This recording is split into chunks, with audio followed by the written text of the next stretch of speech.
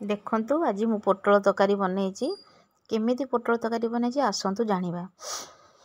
मुझे 8-10टा नहीं जाइए पोटल ता सहित 2टा आलू गोटे बड़ आलू गोटे छोट आलू नहीं जाइए। पोटल आम भलसे आग चोपा तक छड़े नेबा। पोटल ऊपर गोटे चोपा लगी थाए तो पतला चोपा थाए ना सेटा छड़े देले भल लगे खाइबा कहीं पोटलटा।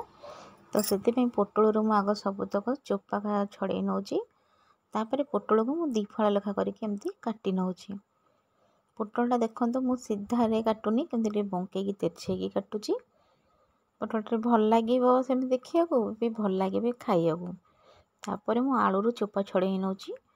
आलू चोपा छड़ी सेमती छोट छोट साइज रे पीस कर नवा भलसे काटी नवा छोट छोट करके छोट छोट करके काटिदेले आलूटा को।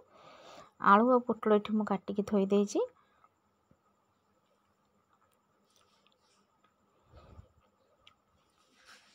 देखो पोटल आलू काट सारा पर ये मसला पे नहीं गोटे बड़ पियाज टमाट नहीं कि रसुण अदा नहीं ताको भलसे ग्राइंडिंग कर दूची।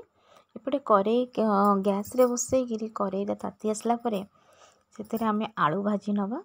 तो ये देखो कड़े आलू पकईकी तादर किसी लुण भी दे दूची। आलूटा भाजी हम शीघ्र सीझीज भी। तो आलू भाजी हो सारापर से पोटल भी पकईकी भाजी नौची। पोटलटा भी देखो हमर केते सुंदर भाव में भाजी होईची। पोटल भी आमर भलसे भाजी हो गलानी। तो ताकू प्रथम गोटे प्लेट को काढ़ी नौची। आग आलू जो प्लेट को काढ़ी थी तापर ये बाटी रखी मसला मु रखी सहित गुंड मसला धनिया पाउडर तापर ये लंका गुंड हलदी लुण सब्जी मसला नहीं।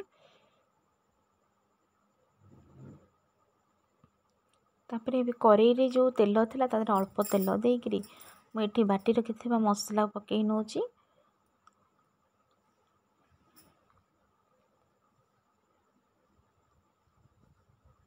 आपण मानक जदि मो वीडियो भल लगी थाए प्लीज़ लाइक कमेंट शेयर करने को भूलें।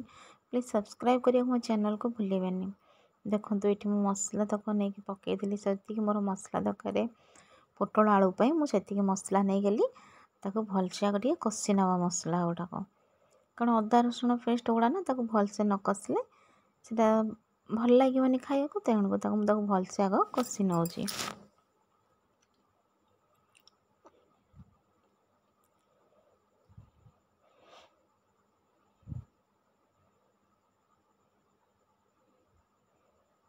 मसला लगी जाऊँच ना हाई फ्लेम करदेबारू तापर देखो मसला आमर कषि सारापर मुझे गुंड रखी गुंड मसला गुड़ाक पकई नौची। गुंड मसला पकई भलसे भी मुझे कषि नेबी। मसला काले लगिज से टिके अल्प पानी से आम देदेबा। पानी देकी भलसे टिके कषि नवा कारण ना मसला भी आमर पोड़ीज गुंड मसला गुड़ाक पड़ी ना तादेहरे। मुझे अल्प पानी देकी भलसे कषि नौची मसला को। देखो मसलाटा केते सुंदर भाव में कषि हो गलानी आमर। आ मसलार कलर भी बहुत बढ़िया आसी। देखो देखो मसला आमर भल भाव में पूरा कषि हो जापर मुझे रखी भाजी की आलू और टमाटो तादेहरे पकईकी पुणी कषि नेबी। मसला धीरे आलू पोटल कषि देले सेटा भल लगे खाइयापाई।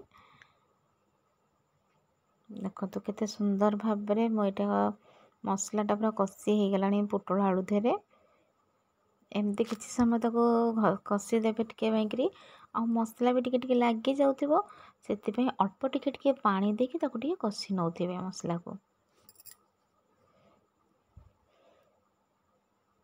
मसला आमर भलसे कषि हो गला तापर आम देखी जी पानी दरकार तो से अनुसार आम झोल जदि रखिए टिके अल्प पानी देवे। जुकजुकिया कले तो आप काठुआ कले तो कषा टाइप कले अल्प पानी देवे। मुझे झोल रखी से मुझे पानी अधिक देती आपड़ जमी जी पानी दरकार झोल दरकार ना कषा कर अल्प पानी देवे। देखो मोर केते सुंदर भाव में तरकारीटा हो जापर मुझे घोड़े नहीं रखी दूची।